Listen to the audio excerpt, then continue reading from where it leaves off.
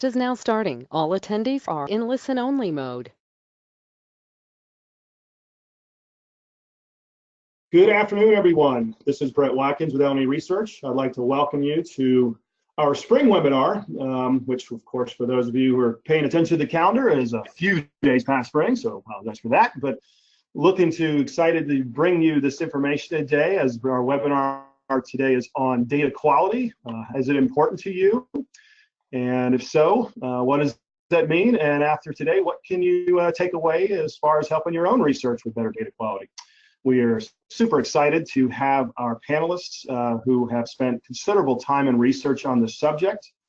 Our first panelist I'd like to introduce is Tia Maurer. She is a group scientist at Procter & Gamble.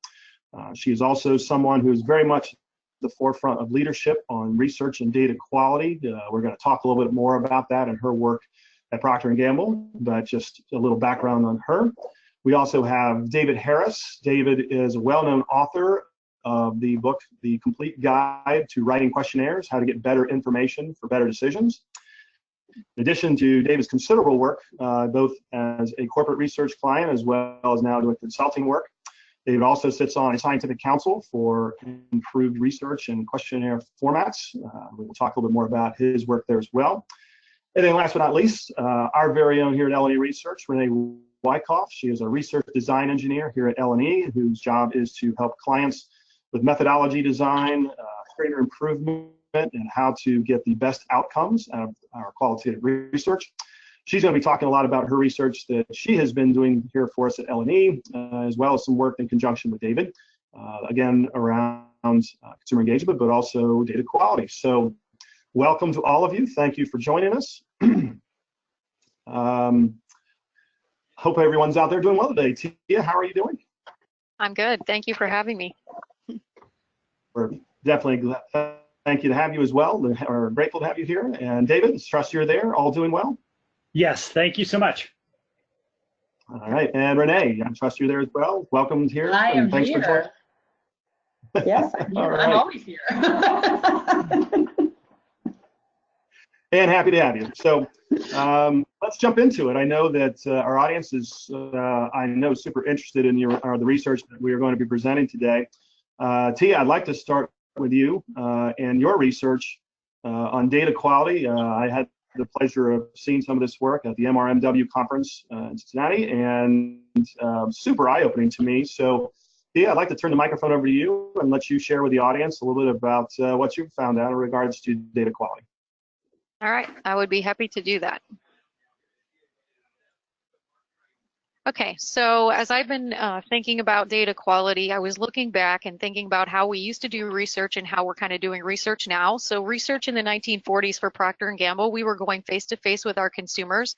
We were going to their homes, knocking on their doors, and consumer research was in its infancy at that time, and we were actually giving people products to try, and then we were coming back a few weeks later, a few days later, and asking them about their experience. So we had a personal relationship with them. Research today, when we're doing quantitative type studies, tends to be info exchange via the internet. We're trying to do things quicker and faster, and we're actually having people, mailing out product, having people fill out surveys. It's a multi-billion-dollar industry. There's instant data with online dashboards, and we're using automation or artificial intelligence to extract insights from that. So that's kind of how things have changed. So as we start thinking about the people who are giving us feedback, we have a whole spectrum of folks. We have the folks who are honest and engaged. We have people who get disengaged for whatever reason. Maybe they're taking a survey and a pot's boiling over on the stove and their kids are screaming through the household or their dog needs out. And then we have people who are absolutely dishonest, where they're just trying to qualify for your study, or they're just telling you what they think you want to hear. There's actually survey bots that are out there, and there's mobile click farms, and we'll take a look at those in a second. But all of these are actually contributing to the data that we're collecting. So how does it impact that? As you start thinking about the respondent spectrum, if you think about this in terms of an X and Y coordinate, you have accuracy in research and honesty in screening. So we'll start with the screening process. How honest are they when they're being screened? And so if honesty is really good and accuracy in the research after they're screened and they participate is really good, that's where you're going to find your good respondents and your usable data. However, if it's not high on both of those X and Y coordinates, that's where you have suspect data or possibly even unusable data. So these, again, are your good respondents. They give you the truth when you're screening them, and they're giving you what they believe to be the truth when they're doing their research and giving you honest feedback. You do have people who are fraudulent respondents where they're not giving you good, honest feedback when they're getting screened, and they're also not giving you good, honest feedback when they're attending your research or taking your survey. Then you have the disengaged respondents. They're actually trying to be honest. They're qualifying in your study. And then for some reason, either your survey is too long or what have you, they're actually disengaging at some point and not interested in the topic, et cetera. And you're getting bad quality in your accuracy on the backside after screening. And then you have the people who are overqualifiers who actually tell you they use a product that they don't. They say they use it more often than they do, et cetera, to get into the study. But they're trying to be honest once they are in this study. So what we have to do is minimize and convert the folks in the pink boxes. We need to get rid of the fraudulent respondents and really keep the good respondents engaged in order for us to have good quality research. So that begs the question of, do you know who's in your research? And so one of the things that we noticed here, and we'll show a very quick video, this is actually pictures of a mobile click farm. And so I never knew that this existed, and I've shared it with other folks, and it's very eye-opening. This looks like a clothesline with a bunch of mobile phones hooked to it, or iPads, and you can see wires coming down from these iPads, and I'll play the video because there's no sound. And what's going on is this is in someone's basement or some room, and all of these wires are connected to one mainframe computer, and that computer is clicking on the surveys or clicking like, or clicking different product reviews, and you can see the screens changing, but it's one person who's operating all of these to take the surveys. So this could possibly be where your data is coming from, which is quite scary, and you can see the man who's working on it there, the couple of people who are running them, and the girl in the background who blows you a kiss. So you get the idea of how that might be tricking your data into believing things that aren't necessarily the truth. So the question is, how much of that exists, and is our data reliable? And so I've kind of been working on this path in the past few years. And as I look at evidence of compromised data that I've personally seen, I was creating an online registration survey to gather 1,000 panelists. And of those 1,000, 30% of my data was generated by a survey bot.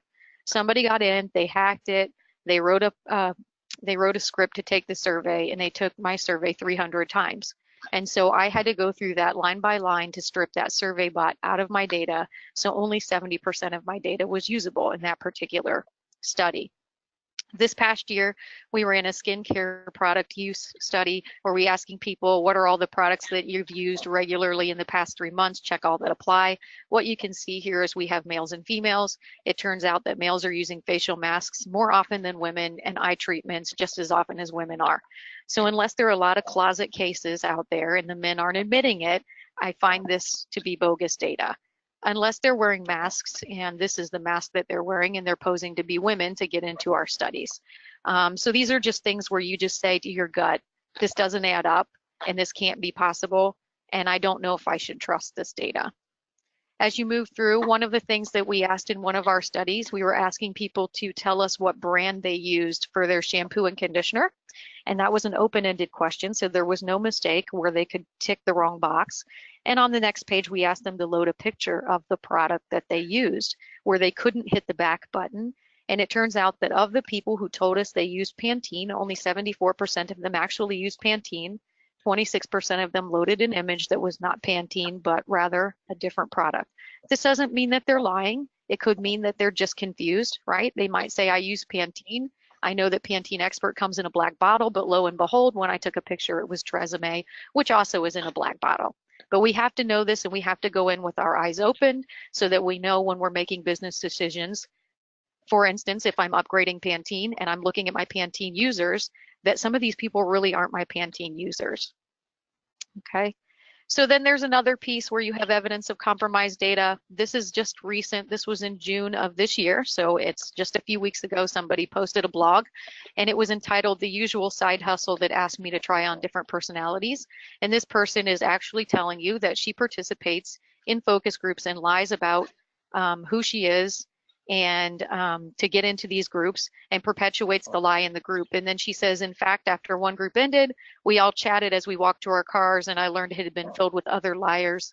The group had asked for newly married women to participate, and only half of us were actually married, and the rest of us wore our shiniest rings from Forever 21. We lied our asses off about the difficulties of creating a wedding registry. So the question that I ask to you is, do you know who you're interviewing?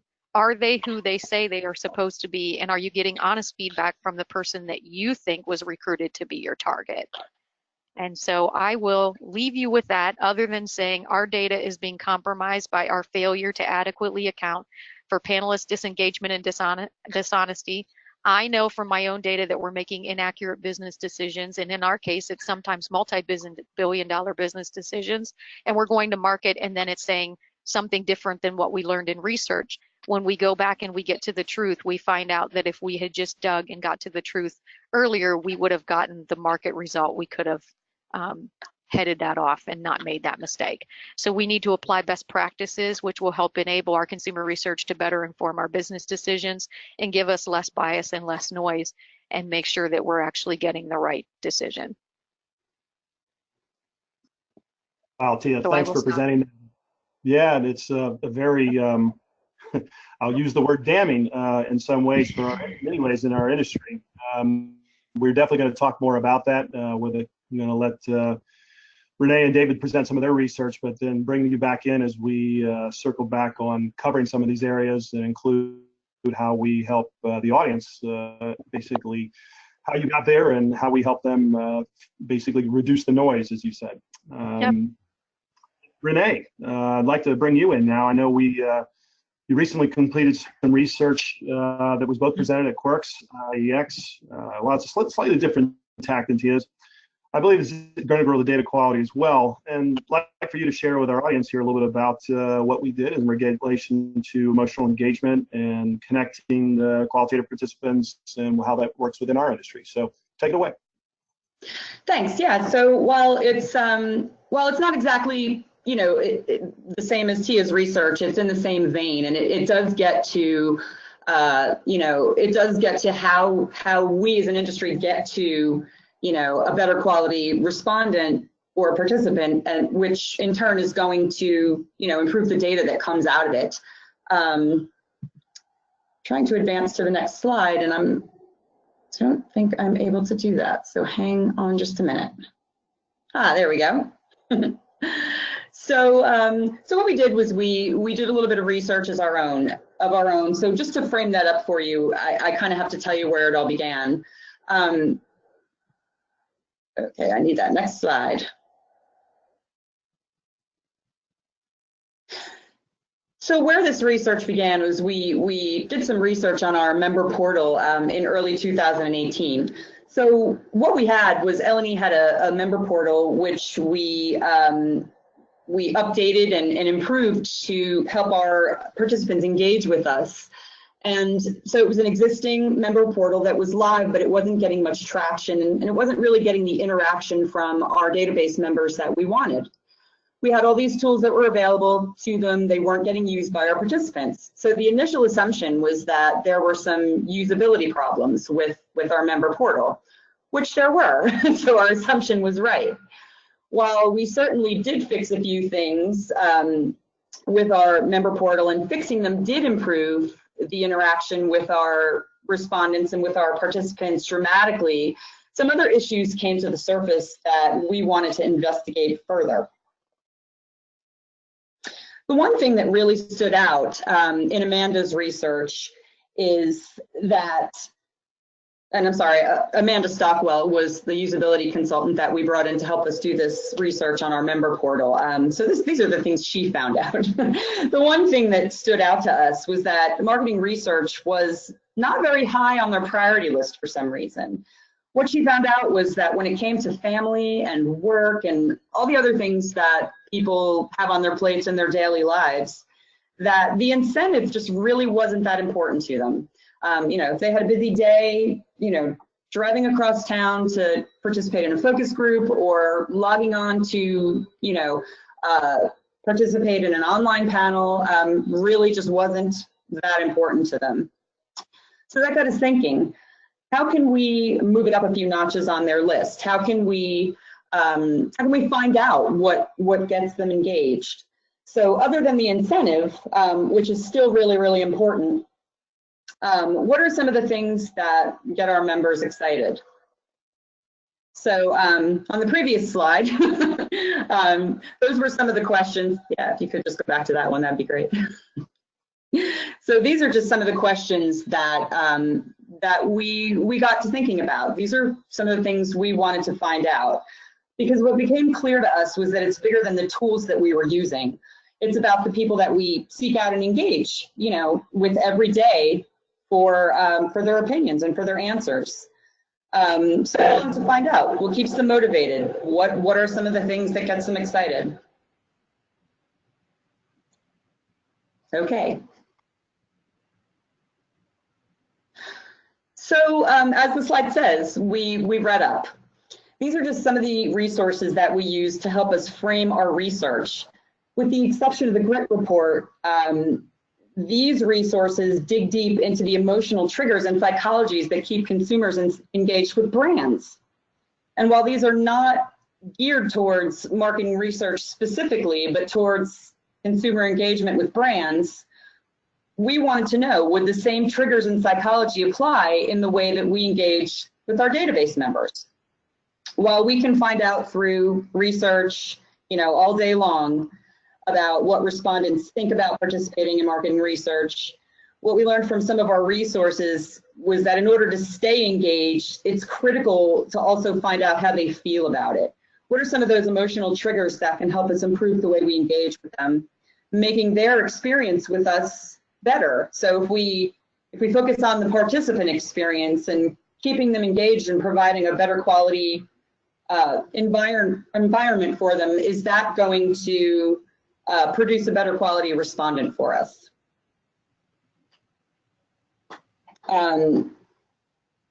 So we engaged about 200 of our database members with different participation levels. So what we did was, for this research, was we brought in some of our technical partners that we work with regularly. One of our first partners was AHA. So we all know that AHA is, or if you don't know, AHA is an online community. So with AHA, we did a series of fun exercises, and while some of the exercises focused on how our members feel about L&E, some were centered around what inspires feelings towards participating in marketing research in general. So one of the first things we started with was a video segment, and the segment was focused around telling us how participating in MR makes you feel. We also included a collage exercise, and the collage exercise was geared towards having them expressing their feelings about participating in general, with using images instead of words. We also did a sentence completion exercise. You know, that was sort of like, when participating in marketing research, I want to feel more of and less of. So that gave us a lot of really valuable information. And then the last piece of that was write a letter to the moderator telling us what we can do to improve your experience. What would make you feel good about participating in marketing research? This helped us dig a lot deeper into how people were feeling about it. The next piece of that was a video analytics tool that we used. So we brought in our friend's Living Lens, and we were able to do some sentiment analysis on the video exercise from AHA. We were able to pull out words and phrases and themes about what participants like about it, what they dislike about participating. And that really helped us view some of the trends about participating in marketing research. And the last piece of the research, we brought in MindSight Direct, which is probably one of the most valuable pieces in my opinion. We know that respondents in a group setting or even in an online setting will hold back, or they might clam up in certain situations. We know that sometimes they might have a difficult time expressing what they want to say. So for this exercise, they were asked to quickly select images in response to a question with a sentence lead-in. By doing this, the images are chosen milliseconds before the conscious brain has a chance to kick in. So instead of giving us what the participant is thinking, it's going to tell us what their emotional response to the stimuli. So we did that by using some imagery selection by sentence lead-in. And brains don't lie, so we were able to uncover a lot of the feelings associated with it instead of what people think about it. So what did we find out from these research exercises that we did? What did they tell us? So what we found out is that while being paid is really, really good, and people still like it, that's not the single driver. It's not the one thing that inspires people to participate. So we don't think incentives should go away. They're important. But what we learned is that there are so many other feelings that inspire them to participate. One of the things they told us is that feeling a part of a larger community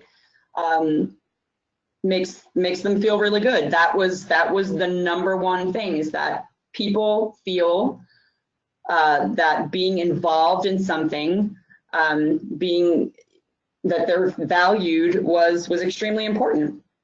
One of the other things we found out was that being in the know, or knowing about a new product or service before anyone else knows about it, is also very attractive. They really, really like that. And then the third thing was that knowing that what they expressed might have had an influence on a service or product that might be getting ready to come out. All right, we can go to that next slide. So with all of those really positive things, on the flip side of that, we found out that there are some things that they don't like. The most common reason for people to disengage or to kind of just go away from us is frustration from not being included in a study. Why come back, or why keep participating when we just keep calling, emailing, putting them through a long questionnaire, and they never get selected? It feels like we're asking a lot of them, and they're not getting a whole lot back in return from us. So in a sense, we're just wearing them out. So what can we all do?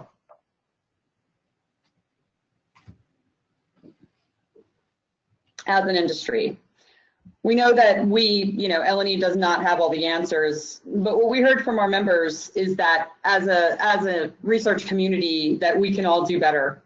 They told us that they want to belong. They told us that they want to belong to a community. How can we create a more inviting community that will supply our clients with better quality respondents? We heard that they like to feel that what they contributed to the research mattered. Can we get to a place where we're sharing our findings with our database community to make the experience even more satisfying, more rich for them? We found out that them being disqualified or not being chosen really, really stinks. Is there a way that we can put a more positive spin on that when someone falls out or doesn't qualify? Can we reroute them to a more positive place so that it doesn't leave a bad taste in their mouth? And the screeners and questionnaires, I think there's been enough said about that. We all know that we need to get to a better place when it comes to long screeners and questionnaire burnout. We all know what we have to do there. Can we just do a better job in general of getting those folks who don't get to participate or who keep getting turned away, up to the forefront? That's one thing that we're always working on. By doing these things and by taking some of these steps, we feel that that's going to improve the participant experience. I mean, we have to put the emphasis on that. These are the people that we're depending on. We feel that if we take some of these steps, it's going to, in improving the experience for them, it's going to produce a better participant, a better respondent, hence producing better, more reliable data that comes out of our research. And that's all I have. Thanks, Renee. There's going to be a lot of questions that come up from that, and I know that was a lot of hard work there. I'm going to bring David in, as I know you consulted with me on this past project, but David, as an introduction, we obviously contracted with you to take this next phase that you're going to be presenting on, based on the notion that people are looking for a better engagement experience, and data quality impacts the outcomes of your research. It begs the next question of our sources different. So we work with you on and basically contracting you to have some analysis of that and do some research, and super excited to have you present today the difference between panels and what your findings were. So All right, thank you very much. I assume I'm going to have the keyboard at control in a second. Yeah. Here I'm trying to advance.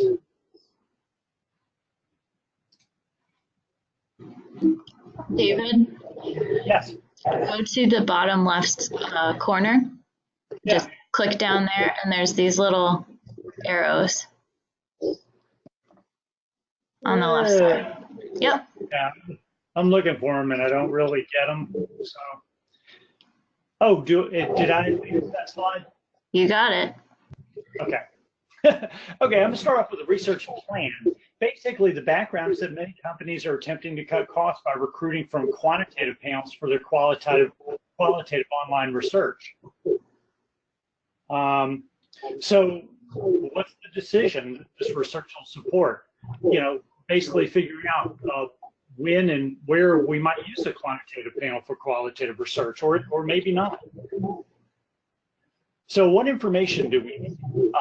Well, we need to figure out how much speed is gained or lost by using a panel. What are the operational costs? What about the quality of the respondents, and what about the quality of the responses? So we just designed an experiment. What we did was we were comparing recruiting 30 people from a qualitative panel, the L&E panel, to 30 people from recruiting from a quantitative panel. And what we did was we used a 2-day online platform because that allowed us to measure how many people go from day 1 to day 2. And we kept the controls as even as possible. Everyone got an incentive of $75. So here was the experiment, basically. And I'm giving you the exact summary of it. Day 1, I mean, after asking a few warm-up questions, we're asking them to build a collage that expresses the image they want to project to the world, a very common task in these sorts of exercises. And then we ask them to discuss how that represents the real you, okay? And then on day 2, we're asking them to write a story about an imaginary ideal friend. This friend is this is a person like no other, and a great model for all of us who want to be real friends. So any event, that's basically an experiment, and we have 30 people coming in from a qual panel and 30 people coming in from a quant panel. So now I'm going to show you some of the results. Oh, and by the way, we're going to be publishing and presenting these results in full at a later date, so you'll get to see a lot more than the executive summary. Let's talk first about speed. Our online activities occurred on the 11th and 12th of June, day 1 and day 2. So for the qualitative panel, by day 2, 29 of the 30 people had finished. We had one person who hadn't finished. That person was sent an email, and that person finished on the 13th. So we were fully recruited on the 13th. From the quantitative panel, by June 12th, only 10 of 30 had finished day 2. And by June 23rd, only 21 of the respondents had finished. And we're still recruiting. As of right before this webinar, we had 24 people who had finished. So we're still recruiting 2 weeks after the qualitative panel was fully recruited. So let me talk to you about operational costs. So here in green, I'm just talking about the quantitative panel. The way this works is that the quant companies send an email out, they blast it out to a lot of people with the partial screener for age, ethnicity, marital status, etc. And so this is looking back to Monday when I finished these slides. We had 475 people click and say, $75, 2-day exercise, yes, I want to be in this study. From that, only 175 people took the screener. From that, only 75 qualified. And I want to stop right here just to say something about the quantitative panel. By the way, I work a lot with quantitative panels because of my work in survey research. So this is something I know something about. What's very disconcerting is that there are a lot of people who took the pre-screener that said, I'm this age and I'm this ethnicity. When they took our screener, they weren't this age and they weren't this ethnicity. So we have a lot of things going on here, which I can talk more about at a later date. In the qualitative panel, when we do the pre-screen and then the screen, it's 100%. The people who said they were 35 were 35. The people who said they were Caucasian, et cetera, et cetera. So anyway, we get 75 who qualified, and then of the 75 who qualified, 26 had completed day 1 and 21 had completed day 2. What's happening here also in terms of problems associated with operational costs is that it takes at least 3 times as much time to get these people through the system. They need lots of nudging, lots of nagging, lots of reminders. So keep in mind that there are a lot of operational costs. The quality of the responses. The bottom line is that if you need in-depth results, the qualitative respondents are really much better. I'm going to look at 2 questions. One, the collages were deeper, more elaborate. People gave us from the qual panel more images, more words and phrases. The qualitative respondents used over 40% more words when they described how the collage represented the real you. Stories about an ideal friend.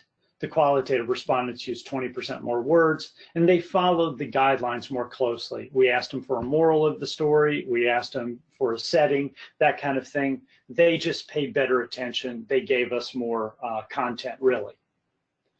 I will say, though, that on simple questions, like, tell us about your household, the people and the pets, what makes it unique, there's really not much of a difference. So for a simple 1-day type of exercise, simple open-ended questions, not much of a difference between the two in terms of the quality of responses. So here's what I conclude, and this is a preliminary analysis. We're doing more analysis as we get more responses. The quantitative recruiting, if you're asking for any depth or more than 1 day of an activity, it takes a lot longer. So you just have to keep that in mind. The operational costs of quantitative recruiting for a qualitative exercise of any depth, may eliminate the cost savings. They may exceed the cost savings.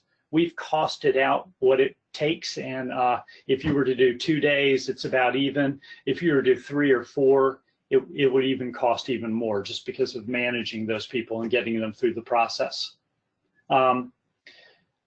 We have a lot of concerns about the quality of the respondent from the quantitative panel. And it's related to things Tia mentioned before, the fact that a lot of the questions in the pre-screen and the full screener were getting completely different answers. Not really sure who these people are in a lot of cases. And then just the quantitative recruits do not appear to give us the same level of effort and depth of responses. So the bottom line is that really, I would just suggest to people use qualitative recruits for in-depth qualitative research. I think one of the reasons why we have such a difference is that really the contract is different. Quantitative respondents think they're going to be in there for a few minutes or maybe 15 minutes. Qualitative researchers, they know what's expected of them. Plus, we can see the whites of their eyes. in most cases, because they're coming to facilities or we're talking to them, and we can actually see who they are. So I think the expectation is very different. You know, it will save you time and improve the quality of your findings, certainly in insights. But I will say that, you know, if you were simply asking a set of open-ended questions, or you're asking people to choose between a couple of tasks, I can see the argument for recruiting from a quant panel. Maybe have them send you 1,000. Maybe you have, you know, you'll take the first 30 or 40 that you get, and they're answering just simple open-ended questions. But what I would argue is that why call that qualitative research? Why not embed that in a survey, you know, if that's really all you're asking? So the way I look at it is that in qualitative research, we explore depth of feeling and beliefs that people hold. We learn how these feelings and beliefs shape overt behavior. If you're doing real qualitative research, you're just much better off going to a qualitative panel.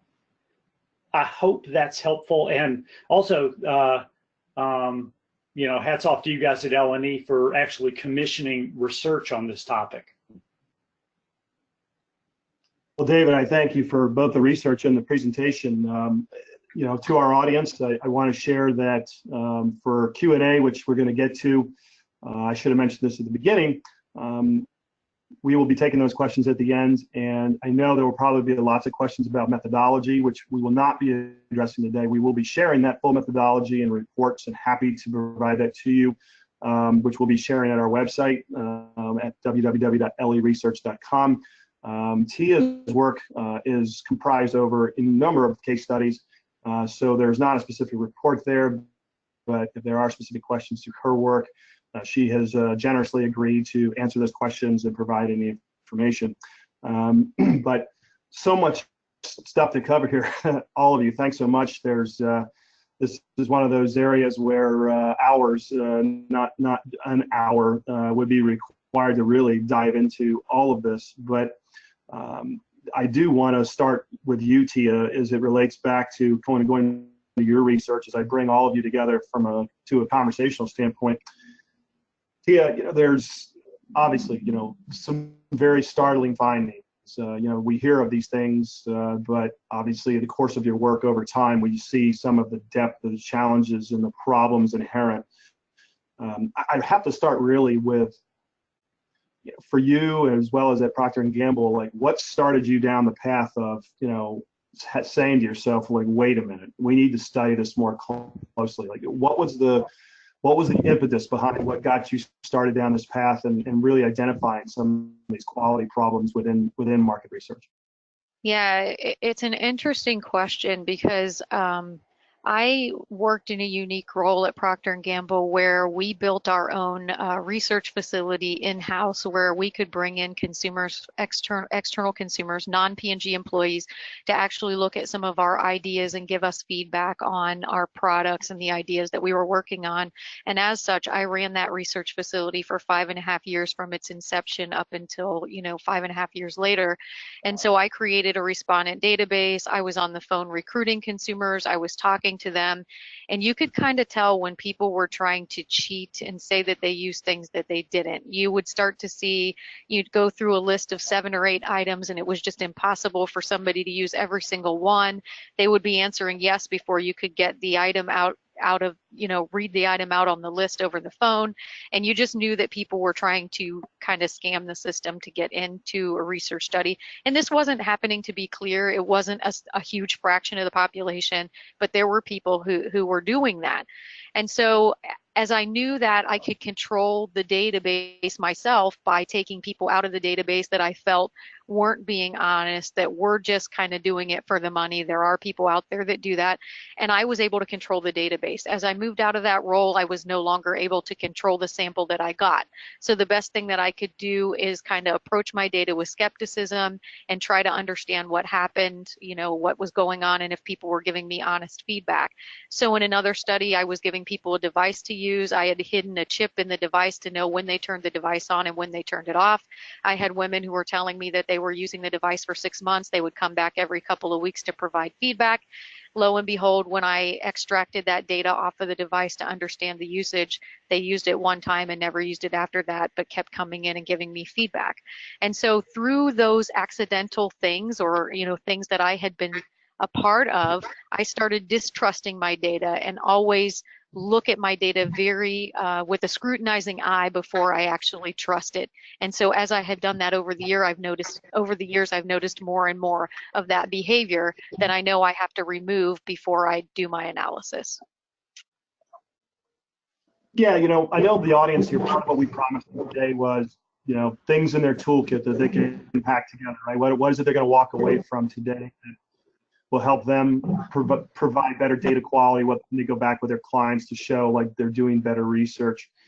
On your end, after all of this learning, can you share a little bit about what's being done differently now at P&G as a result? What's the different processes that you're now employing? Or maybe there's kinds of research you're not doing anymore as a result of this.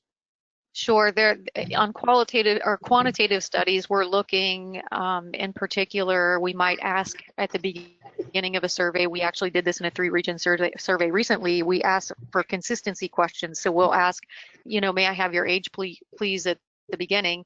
And at the end of the survey, we will ask that same question.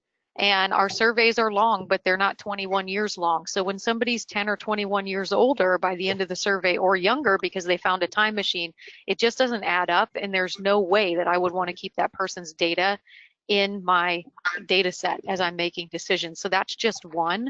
You can also ask people, I would gather in the United States, 1 out of 16 people are left-handed. So if we ask people if they're left-handed and it's not 1 out of 16 as they're answering the survey, that's not adding up either. There's different things that you can be asking in quantitative surveys. As I think about qualitative surveys, I would rescreen the people when they come in to the facility and make sure they really are my target audience if there's something specific that I'm looking for. I would definitely do that. A lot of times I think most of the research agencies ask them to confirm their identity by showing their driver's license or some form of ID. That way somebody's not registered in the database a number of times, coming in and posing to be Suzanne one time and Susie the next time, right? So there's different things that we can do to make sure that people are actually who they say they are and that they are engaged during our survey. And those are just some examples of things that I've done. Okay, no, that's awesome. Thanks. David, I know you've obviously were today talking about, research and the difference between online and online panelists and quantitative panels versus qualitative panels. But I also know data quality is obviously a passion subject of yours. You wrote a book on it, right? Basically, writing better questionnaires is all about getting better data. So just curious, in your world right now today, what is it you're telling your clients? What are you advising them as far as best practice and pushing how to push, best research to get the best quality? Yeah, I'm going to start with one thing that has nothing to do with, line respondents or anything like that. We have an enormous amount of measurement error because as an industry, we don't write high quality questionnaires and screeners. And so there's a ton of measurement error because we use agree-disagree scales, which have an enormous positive bias, and we think we're going to get the right people, or we ask questions with ambiguous phrases and that sort of thing. So the one thing that I do, just to back up a little bit, is it's research planning, questionnaire planning, and then use someone who really knows how to write questionnaires to design the questionnaire. And that can improve things dramatically because you end up with a 7 or 8 minute survey, not a 25-minute survey. So there are all kinds of things that we can do. If there's one thing I would tell the industry to do, actually, let me make it 2, it would be really work on research planning, where you figure out what decision you're going to make and what information you really need, not how to ask the question. And then, train and learn the skills of how to write better questionnaires. Beyond that, technical things that are quote unquote easier are some of the things that Tia mentioned. And so, I just finished doing some survey work and we eliminated straight liners. We had people who, gave extreme responses. There's a kind of respondent that enters 99 and 999. So, you can do that. The speeders is another thing. And then just another thing, Tia, you guys may do this also, is I always ask a question up at the beginning and ask them if they bought any of these 3 products in the past 2 years. And people always think they have to have bought one of those to be in the survey, but they're all products that don't exist. So we eliminate those people, and oftentimes it's 10 to 20% of people who are saying, you know, yeah, I bought a Campolini vacuum cleaner in the past 2 years. It just doesn't really exist. So there are lots of technical things you can do and lots of things that just require a little bit of work, like the qualitative, the rescreen. But there's a whole lot that we can do just in terms of learning how to ask questions to get what we want. You know, Renee, I want to bring you in on a question here, which I want to pose to all of you, which video, I know, is becoming a much more prevalent tool within the industry. As more tools have come available that allow you to wrap your arms around it, right? You know, as opposed to, you know, 10 years ago where one person may have, even if you could get, you know, 100 videos, 100 questions, you know, someone would be spending thousands of hours reviewing all of that. That reminds me of our days of open-ended questions and tabulation, right? Just having an analyst just going through and doing that work, which still I know the technology hasn't replaced exactly perfectly, but at least is offering some tools to help in terms of sentiment and word association. But Renee, I mean, let me ask you, I mean, video, do we see more use of it now? And do you see it as something that could be a game changer, not just in terms of insights, but perhaps even in other more processes within the research industry itself? Yeah, definitely. You know, having just completed a project that used, you know, hours and hours of video and going through all of that video for my research, you know, the use of video, there were things that I was able to find out from, you know, listening to the videos and watching people's videos that I would have never been able to find out, you know, sitting face to face with them in a room or even in a focus group setting, talking about a product that they use or even talking about themselves. So there are, you know, there are so many little nuances you can catch in video that you might not be able to find out, you know, like I said, even sitting face to face, talking to someone, asking them questions about a product or a service that they use. You know, when they're using video, they're showing you how they use it. They are, you know, showing you how it applies to things in their lives. You know, and in terms of using it in other ways, I know that we've discussed using video for actual screening. You know, show us this product in your home. Show us how you use this product. I mean, that way, you know, we know that this is a person who uses this product, especially if they can talk to us for a few minutes, you know, intelligently about how they're using these things in their home or how it applies to them. Tia, that's an interesting point. I mean, I know when there was some of your research that you didn't get to share with us today, but I know when seeing your presentation, you talked about using more of the offline to kind of validate the online process, and you know, video as being, you know, a means of being able in today's world to, you know, knowing clients are we're looking to try to get it done faster, and in person we do know obviously has, especially you know, a time and a cost factor. But are you seeing video more in terms of your work? And you mentioned before validation. Is that something that you're embracing and see as a strength of future? Or?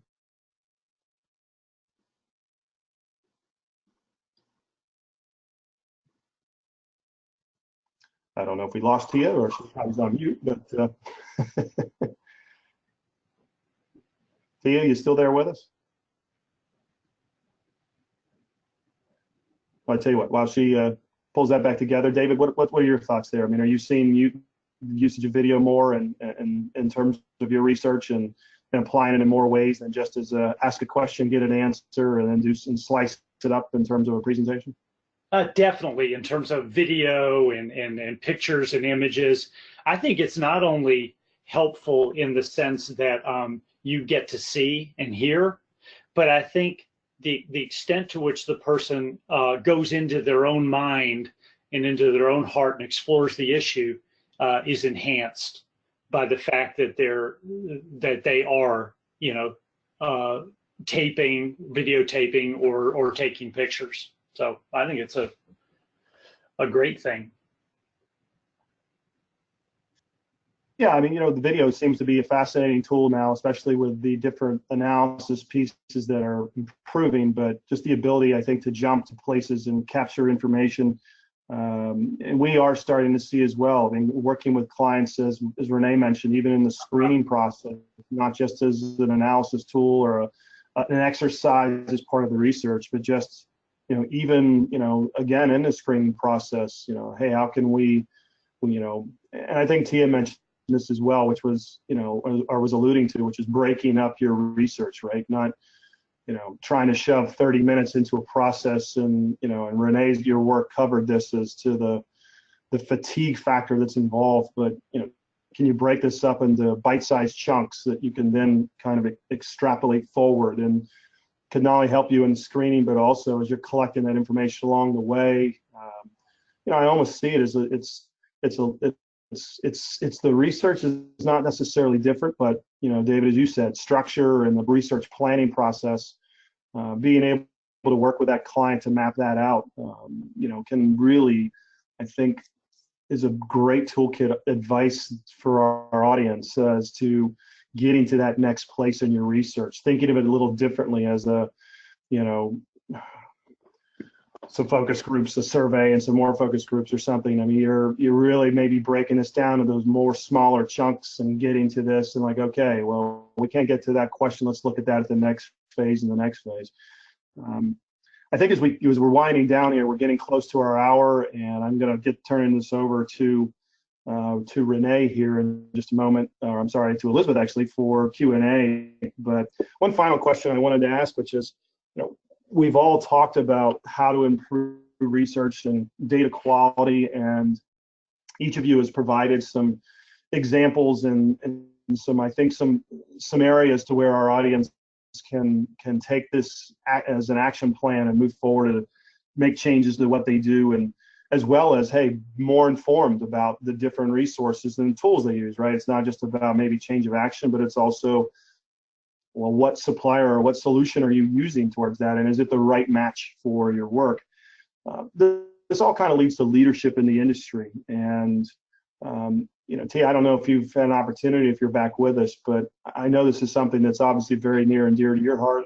I was hoping you might be able to chat a little bit about what's going on at Procter & Gamble and what you're involved in, and what that looks like for changing and improving the industry moving forward. Are you back with us and can share on that?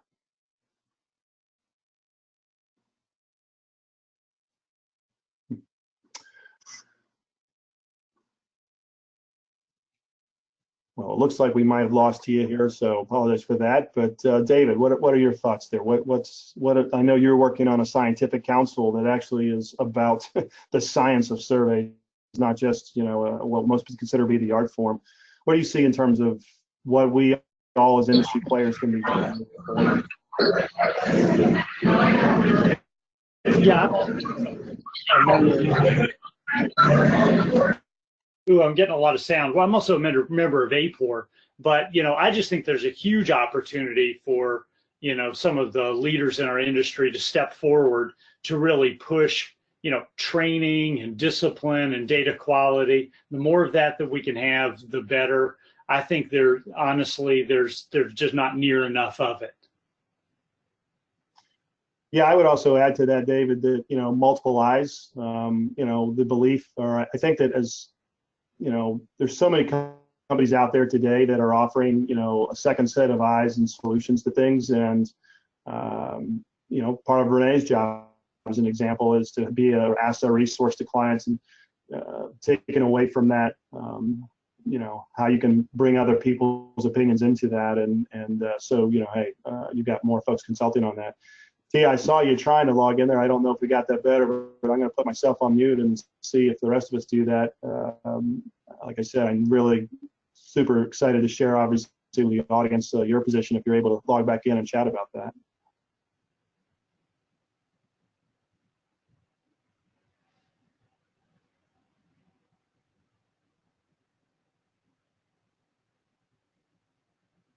Well, I think we've confirmed we've had some technical challenges there on Tia's end. So as I wrap this up, I want to thank everybody, our audience, for attending. We're going to get to Q&A now. Before we log out completely and as we address everyone's questions, I want to thank actually many of our technology partners. Focus Forward is our transcription partner. They will be transcribing this webinar for us for free, and we'll be sharing that with all of our audience in a follow-up email. You also can get that at our website at www.leresearch.com. As I also mentioned prior, we will be sharing our research. So for those of you curious about methodology, want to share that with your own clients, for those of you, for example, in qualitative space and having your clients focus on maybe utilizing more qualitative dedicated qualitative suppliers, that data and information will be there as well. I also want to thank our other tech partners that participated in our research projects, that donated their solutions and platforms, which would include, as Renee mentioned, Living Lens, AHA Online, Asynchronous Qualitative Platform, and MindSight, which is a division of Isobar, with their emotional measurement tool.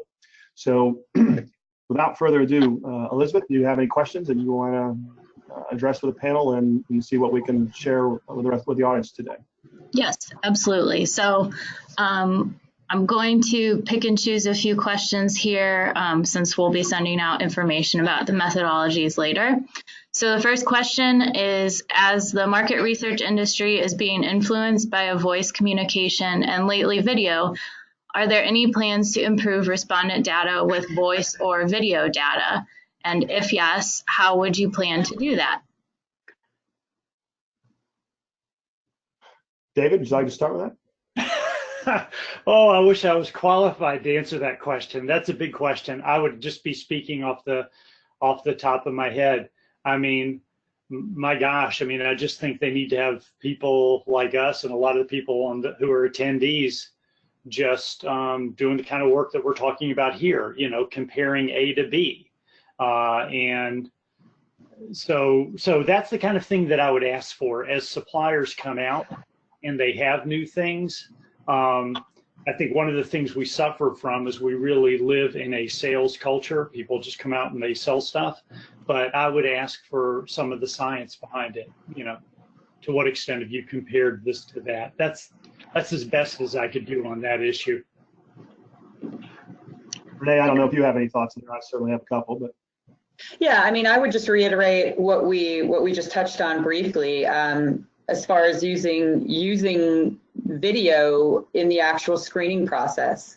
I think being able to, you know, see what people are talking about as opposed to just, you know, hearing them is very impactful. I think you can find out a lot more through video than you can just sitting face to face or talking on the phone with somebody. And I think that you know, the data that comes out of that is going to be, you know, even more rich.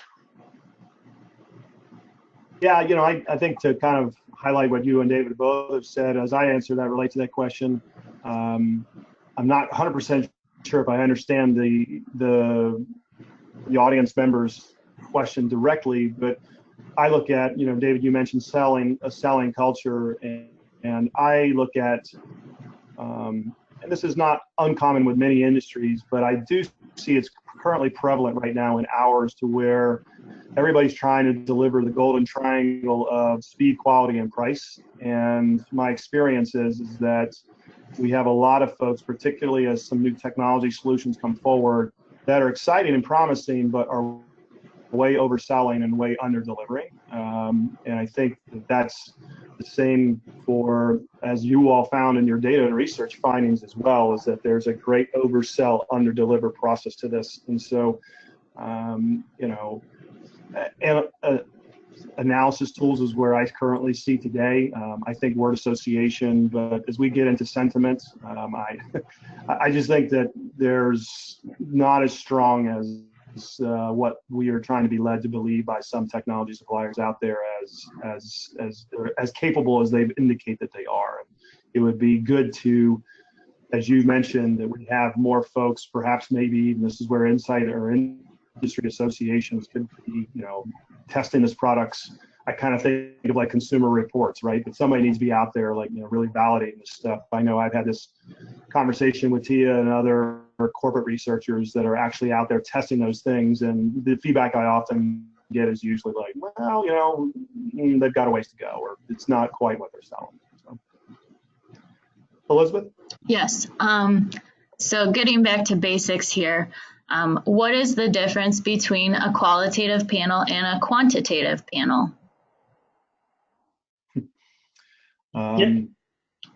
David, go ahead. Yeah, I'm happy to take that, and then I'll turn it over to you to talk about the qual panel. I mean, the qualitative panel, they're recruiting people for qualitative research, and I'm going to let Brett talk about that in a second. So the expectation of people is that somebody's going to talk to me on the phone for 45 minutes about a topic, or I'm going to be in an online platform for 5 days, or maybe every other week for 3 months, or I'm going to come in and do focus groups. The quantitative panels are usually meant to cover the entire United States. So, and they have to have, hundreds of thousands. I mean, a lot of them have, a few million respondents. But I think the key is that the expectation there is that somebody's going to qualify for a survey. They're going to take a survey and they're going to be done in 15 minutes or something like that. And so it's a lot harder to manage the quality of 1.5 million or 2.5 million respondents, all across the United States, which is something that you probably saw in the results. Brett, what would you add to that?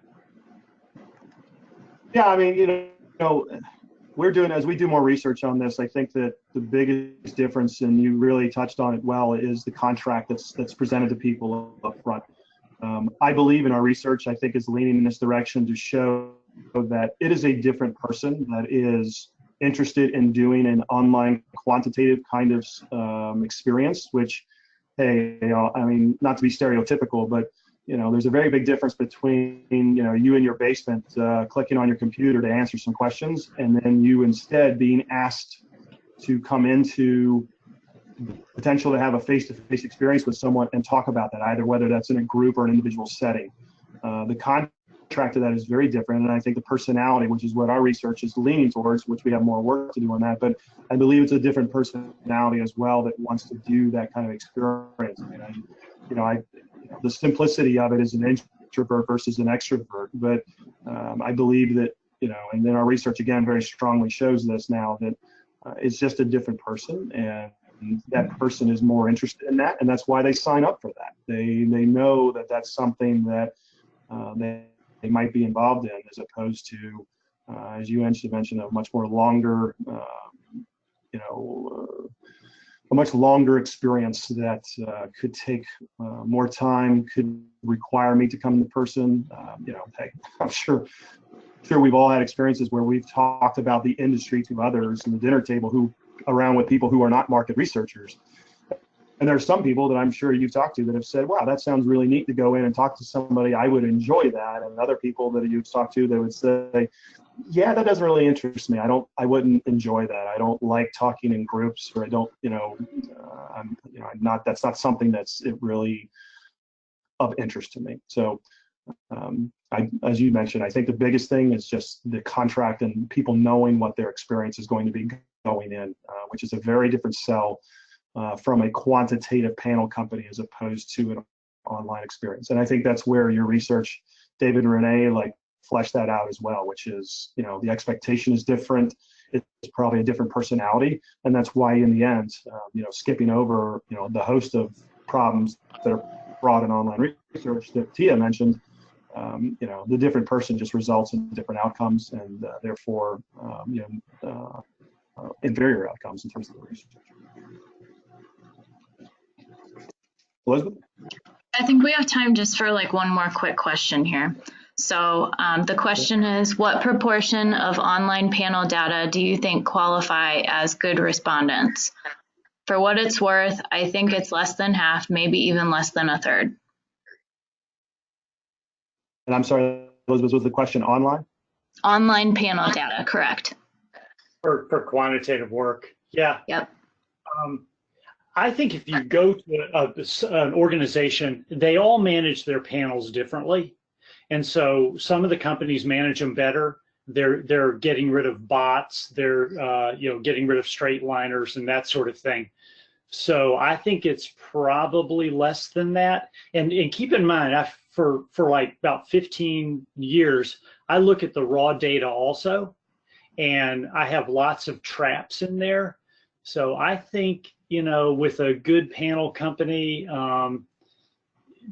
probably closer to 75% are pretty good if you have all the right checks in there. Yeah, David, So I think you would. Another 25% off of what they already eliminate because they're getting rid of straight liners and that sort of thing. Yeah, I'm sad that we obviously lost Tia in terms of her connect, because I know she could speak obviously to this subject much more intelligently than I could. So I can't speak to their quality. What I can speak to from an L&E Research standpoint is the amount of money and staff that is dedicated to nothing more than panel quality and engagement in community and finding new folks and enriching that source. So we deal in the hundreds of thousands, close to 1 million in panel size. I know online panel companies, as we get into bigger ones, work into the millions to tens of millions internationally. So the challenges I know that are inherent in that. So can't speak to it, but I can speak to the enormous challenge that's involved there in terms of trying to manage that process. And it's a Herculean undertaking without question, of investment of both people, technology, and time and money to try to solve that. So, well, everyone, I want to thank you again for attending. If you did not get your questions answered, we will be happy to follow up and reply to those separately, and or have our panelists to send that out to you. Again, I want to thank our audience for joining us here today. I want to thank Tia, David, and Renee for their participation and sharing of this data quality. Our next webinar will be later this summer, early fall. We are targeting, I think, on August, early September, where we will review technology platforms again, which will repeat of last year, bringing in our experts there to talk about what's the latest going on in qualitative industry and those technologies. Thank you again to Focus Forward for providing free transcript of this. Again, we will also, to our attendees, be emailing all of you with a follow-up in terms of a summary as well as transcript of this webinar today. So thank you, everyone. And if there are any further questions, please visit us at www.leresearch.com. And again, thanks everyone for joining us today, and have a great rest of your week. Take care, everyone.